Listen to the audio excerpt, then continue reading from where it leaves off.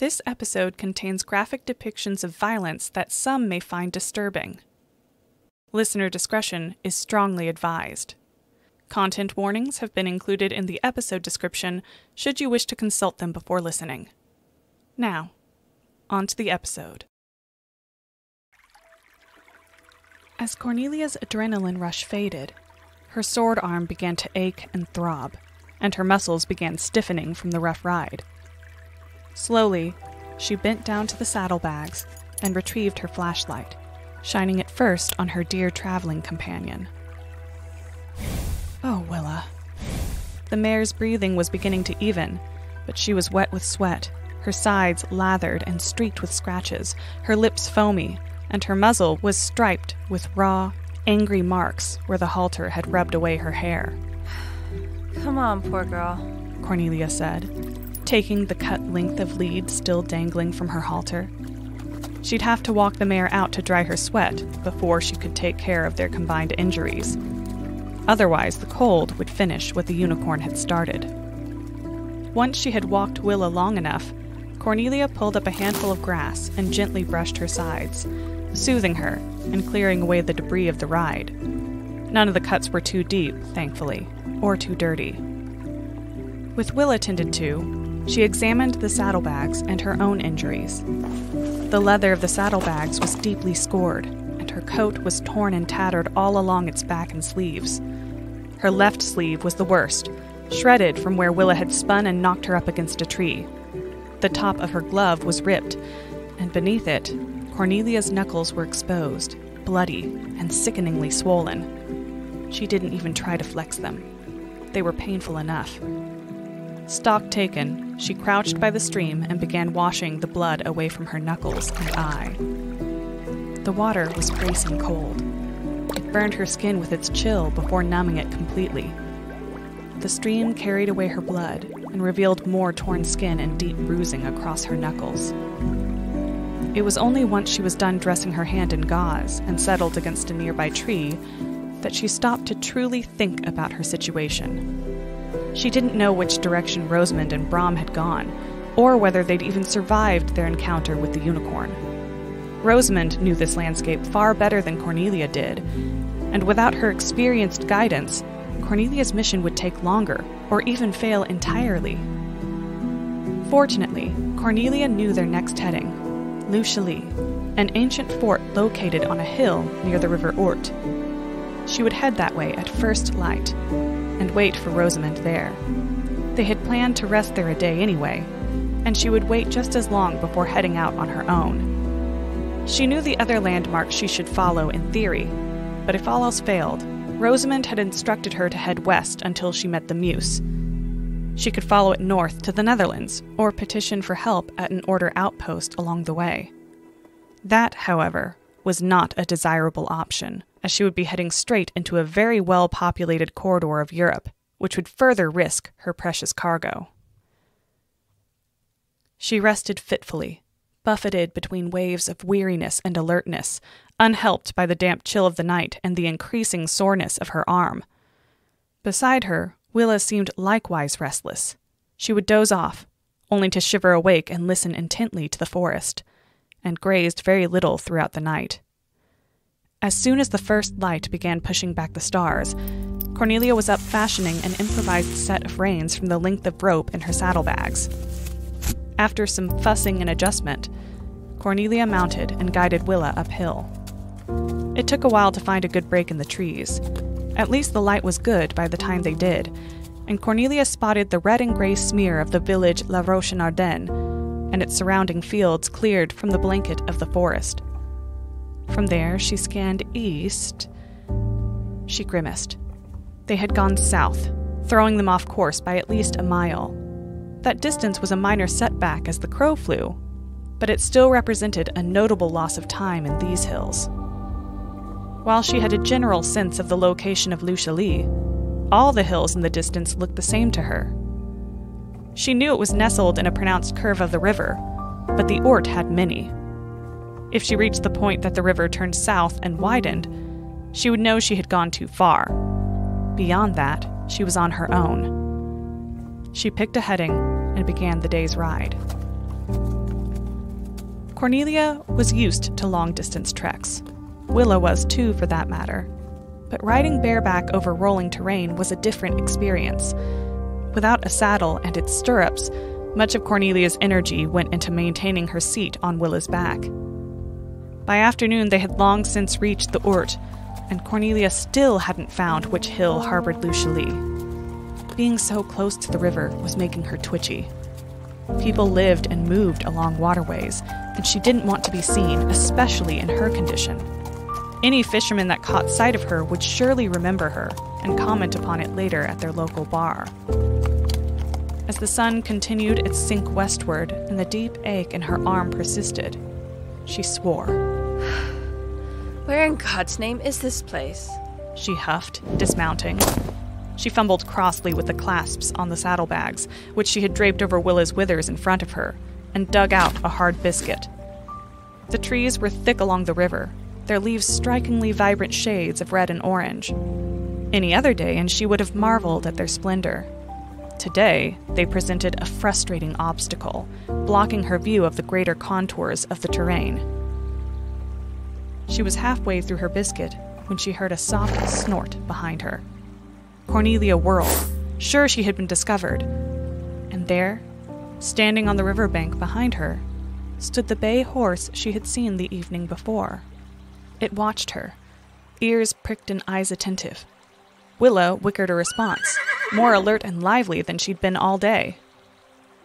Hello again, Cornelia said softly, taking a cautious step forward. Where did you come from this time? Slowly, she made her way toward the stallion. After a moment, it stepped toward her too. They met in the middle, the stallion pressing its velvety nose into her palm before allowing her to run her hand along its neck. My, but you're a fine boy, she whispered, absently stroking his glossy hide as she fed him the rest of her biscuit. Have you been following us? He snorted. I see, Cornelia said. Well, I'm sure it didn't escape your notice, but we're terribly lost. The stallion tossed his head. Cornelia barked out a laugh, then sighed. She scanned the rolling hills surrounding them and the river's twisting course. Might be best to continue her search on the other side, but she had yet to find a good place to cross. I don't suppose you know how to get to this Luchalie place, do you? He nibbled at her hand, seeking another treat. She let him search her while she thought. It might be good to have an additional horse at hand. Maybe she could trade off riding him and Willa. But she had used her only rope to make Willa's reins, and she couldn't think of any other way to capture him. Sighing, she gave the stallion's neck one more pat. You're a beaut, but we really must be going now. She made her way back to Willa and pulled herself up onto her back. At first, Cornelia was delighted when she heard the stallion following them. She was less pleased when he trotted around behind Willa and nipped at her flanks. Hey! She turned to shoo him away and almost lost her seat when Willa kicked at him. The stallion, unperturbed, shuffled closer, his ears flat against his head, and bit Willa harder. Willa lashed out again and began trotting away, looking very cross herself. He followed, snorting, snapping, and bumping into them. Cornelia swatted at him and kicked Willa up to a canter, but they couldn't get away. He easily caught up and cut them off, using his superior size and weight to push them back. He darted in for another bite. Willa let out a squeal and Cornelia an outraged shout as she grabbed the bags to keep them from slipping from Willa's withers. Hey, that's enough of that, mister. She maneuvered Willa around and flicked her lead at him as they darted past, but to no avail. The stallion caught up, and nothing Cornelia did could dissuade him from his pursuit. He was hurting them, she realized, and after 15 futile minutes of trying to slip away, she let him. There was nothing to be done for it at present. He was too large and too fast to escape, especially out on this open riverbank. She would simply have to watch for a better opportunity and hope that he didn't push them too off course in the meantime. The stallion drove them upriver, and for a minute Cornelia feared he was taking them to La Roche-en-Ardennes, where he might have a master. But then he pushed them across a slow, shallow stretch of the river, the horse's hooves churning up its icy waters as they went. Upon reaching the other side, the bay turned them all east again, taking them once more away from civilization. As the sun sank lower and the shadows lengthened, a distant memory floated to the forefront of Cornelia's mind, a story her mother had once told her when she was sick in bed with scarlet fever and desperate for distraction. It hadn't been her favorite, yet she recalled it now as the stallion changed course and began threading them through the brilliant autumnal trees. Once upon a time, there was a duke, her mother had begun, pressing a wet cloth to Cornelia's feverish forehead. He had 4 sons who all grew up to be strong, handsome knights. The greatest of his sons was Renaud, and he rode a magical horse named Bayard. Of course, Cornelia had been most interested in the magic horse, which her mother explained could change his size to carry all 4 brothers on his back and could understand their directions perfectly. He was strong and fast and brave, the best horse any knight could ever dream of having. Cornelia had repeated the same story to Nora one night, while her daughter was gravely ill. "What happened to Bayard?" Nora had asked, halfway through Cornelia's retelling of the exploits of Renaud in the Holy Land, none of which included the horse. It was the same question Cornelia had asked her own mother once upon a time. To punish the knights for their earlier trespasses against him, Charlemagne had a stone tied around Bayard's neck and had him thrown into the river to drown. But Bayard was too strong to be killed so easily.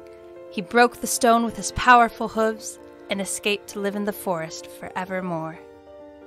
Cornelia wasn't sure if that was the actual ending to the story or whether her mother had changed it, knowing how it would have upset young Cornelia to hear the magical horse had been killed after all his adventures with his chivalrous master. Looking into Nora's eyes that night, she couldn't fault her mother if she had seen fit to adjust Bayard's fate. Cheating death was a much better ending for a fairy tale. Now, as she eyed the bay stallion driving them up a forested hill, she wondered. No, it was a silly thought. She knew through her education from the Order that many legends could hold more than a kernel of truth, but just as many were purely fictitious. Sometimes a story was simply a story. Abruptly, the stallion stopped. Willa kept trotting forward, eager to lose the pest. Sensing her chance, Cornelia spurred Willa up to a gallop, half expecting the giant bay to give chase again. But he did not. They surged through the trees unchecked. Cornelia finally glanced behind them. The stallion was nowhere in sight. Up ahead, though, she spied a clearing at the crest of the hill, a wattle fence atop an embankment, and another shape. Brom! The horse was hobbled, grazing in the field. He looked up at them just before they burst from the trees and whickered his excitement. They had found Luchalie. Rosamond was not far from Brom and was already shushing him when she spied Cornelia. The stoic line of her mouth finally broke into a large grin. "Well then, you found your way after all." Cornelia smiled back. She dismounted, started to tell Rosamond about the stallion, but stopped short when she saw the dressing around her partner's right thigh and the tall stick she was using for support. "Ah, that." Rosamond sighed. "It's only a gash, not through and through. A token of the unicorn's displeasure. And its mercy. That was not the worst it could have done." Cornelia shivered. However frightening her flight through the woods had been, Rosamond's had been far worse with that monster chasing her. Do you think it will leave us alone now? Rosamond winced as she shifted her weight. "God willing, it will, but I couldn't say for certain. We cannot rest here tomorrow. We must keep moving until we leave the Ardennes." Cornelia stared at Rosamond, stunned. "But you're injured." "As are you," she observed. "And the horses are tired. It makes little difference. We cannot tarry. We don't know how vast the unicorn's range is, except that it is likely confined to the Ardennes. Once we're beyond them, we will rest if we can. No matter the circumstances, we still have a package to deliver." It was the last thing Cornelia wanted to hear, but it didn't matter what she wanted. It was true, and she would just have to find the strength to get through the next few days. Let's get a fire going then.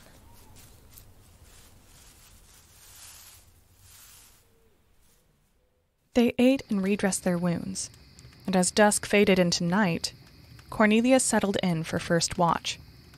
Here, in the cleared ground within the ruins of an ancient fortification, the starlight fell cold across the dead grass and dying trees, washing away the golden landscape of the day to usher in the silver monochrome of night. Cornelia huddled close to the fire, Rosamond's sword, which they now had to share, close at hand. "Be careful," Rosamond said before bedding down. "It is said that Luchalee is the home of mischievous elves." There was a slight curl to her lips as she said it, but Cornelia couldn't quite tell if she was teasing or not, mostly because she had never heard her crack a joke before.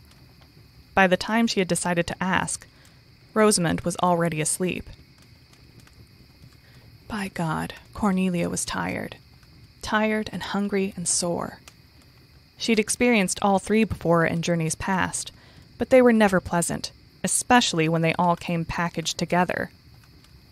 As the cloak of the night's chill settled over her shoulders, and the warm glow of the campfire blanketed her front, Cornelia's eyelids began to flutter closed, no matter how she struggled to hold them open. Es ist Zeit. Cornelia jerked awake, disoriented. A voice. She'd heard a voice. She scanned the clearing, the trees beyond, her heart thumping uncomfortably in her chest. Nothing seemed immediately out of place. Perhaps she had dreamt... But no. There was that feeling again. The one that had been dogging her since they first entered the Ardennes. That sense of a hand hovering just over her shoulder, almost touching her. That instinct that told her in no uncertain terms that she was being watched. And the unnatural silence had returned. She stood, sword ready. "Who's there?" Rosamond startled awake at the sound of her voice, but froze again when an answering chuckle rose from the edge of the trees. It was the same one Cornelia had heard the night before, yet she'd forgotten all about it after the unicorn appeared, and she didn't think unicorns could laugh. What could it be then? Soldiers? Elves? Surely not elves, but they had just seen a unicorn, for God's sakes. But what entered the starlight was neither of those things. They looked like hikers, were dressed like them, but nobody would be hiking in the Ardennes so close to German lines during a time like this. Never mind that it was nighttime, and their breath did not cloud in the cold air. The first was a woman. She smiled, her sharp teeth bright under the silver starlight. "I smell blood," she said. "I see you did not fare well with the unicorn either, though you did better than us." As quietly as she could, Rosamond started crawling toward Willa and Brom, both hobbled nearby and snorting anxiously now that the threat had revealed itself. The vampires were on the cleared ground below Luchalee's ancient berm, and a decent ways away, but they could cross that distance in no time, and their hearing was acute. "What are you doing here, vampire?" Cornelia asked, hoping her voice would help cover Rosamond's movements. The vampires stepped forward, walking casually closer, 2 men trailing the woman. "You have something our master wants. Give it to us, and we will kill you quickly. And, as a further kindness, we will let your precious ponies live too. We know how you couriers care for them." Rosamond had managed to release Brom from his hobbles and was making her way to Willa. "Your master is violating the agreed-upon terms of war. Night couriers are not to be hindered, harassed, or prevented from carrying out our duties in any way." The vampiress laughed. "We both know that makes little difference, and that even if it did, we have little choice. Our master commands it, and he grows impatient. If not for that foul beast keeping us at bay, we would have killed you days ago. But we have drawn it away for tonight, so we should not be interrupted." They were advancing still with the kind of unhurried swagger that spoke of assured success. And, sickeningly, Cornelia was afraid they were right. She and Rosamond were tired, injured, and only had one sword between them. 3 vampires would be a challenge under the best of circumstances. Now, their best chance was the horses. Vampires were almost, but not quite, as fast as a fleet horse. Even so, horses could only run flat out for so long. Vampires didn't need to breathe, didn't have hearts that could burst, and thus had no such limitations. They could wear a horse down over a long enough distance. Willa and Brom were already nearly spent from the night before, and shouldn't be asked to run so hard again so soon. Having released Willa, Rosamond pushed herself to her feet with her walking stick. Their eyes met. Rosamond's gaze flicked to Willa. The message to Cornelia was clear. Get on and get going. Rosamond knew the way to the border best, but Cornelia had the real package secreted away in her coat pocket. They didn't have time to argue. To the vampiress, Rosamond spat, "Quit your gabbing. It's not like vampires to flap their gums." The vampiress's smile sharpened. "You are correct. It is not." In a flash, a 4th vampire appeared from the east, springing out of the darkness onto Willa's back. It tried to sink its teeth into her muscular neck, but she flung it off with a shriek. No sooner had it hit the ground did Brom rear up over it and smash his hooves into the vampire's prone body, just as he was trained to do. But the distraction had been more than adequate. Cornelia immediately slashed a reaching hand from the first vampire that came for her and leapt back, trying to make her way to one of the horses. Rosamond expertly swept her walking stick low and tripped another vampire. Before it could recover, she jammed the end of the stick through its chest, killing it instantly. Then the vampiress appeared, and before Rosamond could pull her stick free, she had clamped a hand around her wrist and broken it with an easy twist.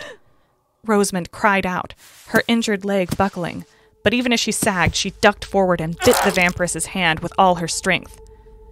Cornelia only caught this series of events in bits. She was locked in a battle with the vampire that had already attacked her. He had to be more careful with her. She had the sword. Already she had given him a few nasty gashes that glistened black in the starlight, but no blood ran from them. Under the bandages on Cornelia's arm, however, she knew her clots had opened, and her wounds were seeping. The sword trembled in her weakened grip. A hair-raising scream briefly distracted her, and in that instant she was borne to the ground. The vampire pinned her sword hand beneath his knee, painfully grinding her wrist into the dead grass, and her fingers released her weapon reflexively. Then he was grabbing her jaw with his one remaining hand and forcing her head back so she could see what... The vampiress was twisting Rosamond's arm, already bent at an unnatural angle, and smiling serenely at the agonized screams the night made, so long and loud that Rosamond could hardly breathe. Then, with one more effortless twist, she pulled Rosamond's arm from her body. Cornelia closed her eyes, bile instantly swarming up her throat and burning her mouth. The vampire that held her jaw dug his nails into her skin, bruising and cutting, and with a gasp she opened her eyes again. Rosamond had mercifully passed out, and Cornelia knew she would never wake up. Her life was rushing out of her as the vampiress ran her hand through the throbbing fountain gushing from her body. "Pay attention," she said to Cornelia, and licked her blood-slick fingers. "This is the fate that awaits you if you do not tell me where the package is." Cornelia watched in horror as she leaned down and ripped Rosamond's other arm from her body as easily as she might pull the wings from a fly, a pointlessly cruel gesture. "I can make it so it lasts longer, too. You will be awake to feel it all. Save yourself the pain, Fraulein, and tell me what I want to know." She laved her tongue across the exposed bone of Rosamond's other arm before tossing it casually aside.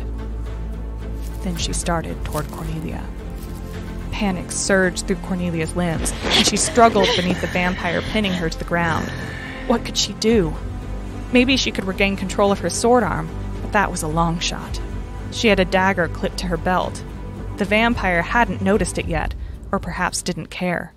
He hadn't bothered to pin her other hand, She had fallen at an awkward angle, and it had been trapped beneath her own body in the ground. She felt she could free it now, but if she was going to draw her dagger, she would have to pick the ideal time. That meant enduring some pain first. Well, she had endured the pain of bringing a child into the world and the pain of watching that child leave too soon. If she had survived those, she could survive this. The vampiress kicked the sword out of easy reach. The vampire above her lifted his knee as the vampiress bent down and took hold of Cornelia's wrist. Cornelia flinched as spikes of pain traveled up her arm. This arm is barely any use anyway, The vampiress loomed over her, her mouth smeared with Rosamund's blood, her teeth red with it. Where is the package? Cornelia set her jaw and glared up at the vampiress. She smiled back and gave Cornelia's arm an experimental tug. A burst of bright pain followed, and Cornelia couldn't hold back a shriek. That was a little demonstration. The next will be worse. You can prevent this, though. You can tell me where the package is. As soon as you do, I will tell Frederick he may kill you, and he will do it quite quickly. He is hungry, you see. Tears flooded Cornelia's eyes, her nose stinging with the promise of more to come. Go to hell. This time, the vampiress added a twist. The pain leapt beyond Cornelia's arm and arced down her back to the base of her spine. Where is the package? Not yet. Not yet. Panting, Cornelia shook her head. Very well. The next twist ended on a pop, and Cornelia's scream broke into a thin stream of sobs. Her arm muscles wrenched at her bones, now out of alignment with her shoulder socket. It won't be long before it tears free. First, the muscles and arteries on the inside will shred, and then I will pull it all the way off. Are you ready to tell me? This would be her best chance, and she may have already overestimated her ability and misjudged her timing. The desperation flooding her system would soon crumble before her pain if she waited any longer. It had to be now. Choking on her tears, she glanced toward the saddlebags. The vampiress nodded and released her arm. Cornelia yelped as it thudded to the ground, still out of joint. The vampiress ignored Cornelia's cry and drifted towards the bags to begin searching through them. The vampire holding Cornelia, Frederick, the vampiress had called him, watched his compatriot. Carefully, Cornelia eased her working hand toward her dagger. Her breaths came in shuddering waves, and her whole body twitched and jerked with spasms of pain. She hoped that would be enough to cover the intention of her movement. The vampiress pulled the false package free from the saddlebags and gave it an experimental sniff. Ist es das? The vampiress shrugged. Es riecht wie Magie. Cornelia's fingers brushed the hilt. Stefan, bring das zum Meister. Wir werden hier aufräumen. Cornelia gripped the dagger handle, her heart hammering. Another vampire appeared, shambling toward the vampiress, and she handed him the package. It was the one Brom had trampled, Cornelia realized. Another vampire, damaged but not dead. He could be a problem. But she didn't have time to linger on that. With a grunt, she pulled the dagger free and immediately buried it in the back of Frederick's neck, the magic blade cutting easily through bone and severing his spinal column. Not a guaranteed kill without taking his whole head, but it would be enough to take him out of action for a minute, and that was all Cornelia needed. The vampiress turned toward her, surprise on her blood-stained face. Cornelia had already kicked Frederick away and rolled to her feet, the pain in her dislocated arm almost blinding her. But with the speed of reflex, she lined up her shot and threw the dagger. Her aim was off. She wasn't throwing with her dominant hand. It sank into the vampiress's chest, too low to kill her, but close enough to make her hesitate. Cornelia lunged for her sword, got her fingers around the hilt, and was brought to her knees by an explosion of pain. Vampires were fast, even when they hesitated. The vampiress held her dislocated arm in a vice-like grip. Oh, you are a fighter. Very brave, yeah? Her voice hissed against Cornelia's ear. Very brave and very foolish. This was the end. Cornelia prayed that when she was dead, they didn't bother searching her body, and that someone else would stumble upon her, discover the real package, and send it on its way. Or bury her with it, safe and sound beneath a blanket of earth until the Order found her again. The vampiress's grip tightened on her wrist, and then stopped. When Cornelia managed to look up, the vampiress was no longer focused on her. She was staring at the tree line, and there was fear lighting her eyes. In an instant, she had dropped Cornelia's arm and was running away. A rumble rolled along the ground, and a moment later, the unicorn burst over the berm and charged at the vampiress. Cornelia shied back, terror gripping her as well. But when she tried to make her legs move, they refused. They felt like sandbags, heavy and boneless. The unicorn flashed past her in pursuit of the vampiress.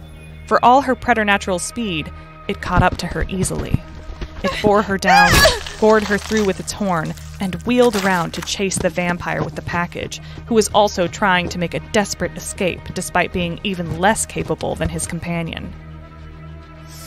Trembling, Cornelia watched one monster slay the other and begin grinding into paste under its cloven hooves. And then, without warning, she was jerked onto her back by a large hand. Frederick glared down at her, his sharp canines flashing above her eyes.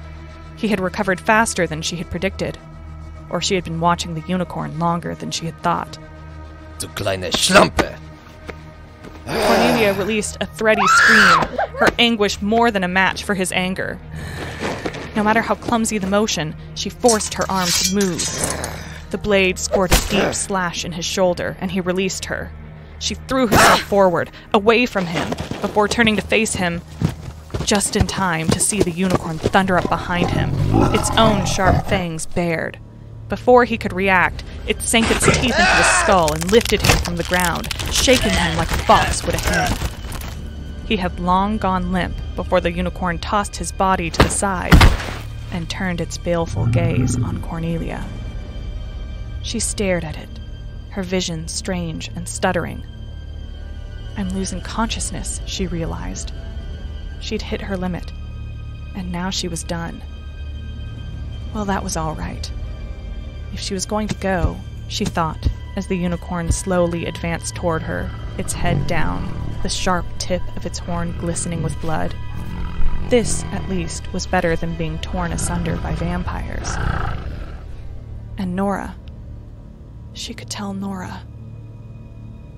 A wave of black struck her. When she came back to herself, the unicorn stood over her, its massive hooves less than a yard in front of her. It lowered its gore-slick muzzle until it was level with her collarbone, the unicorn's dark eyes even with hers, its alicorn hovering just above her head.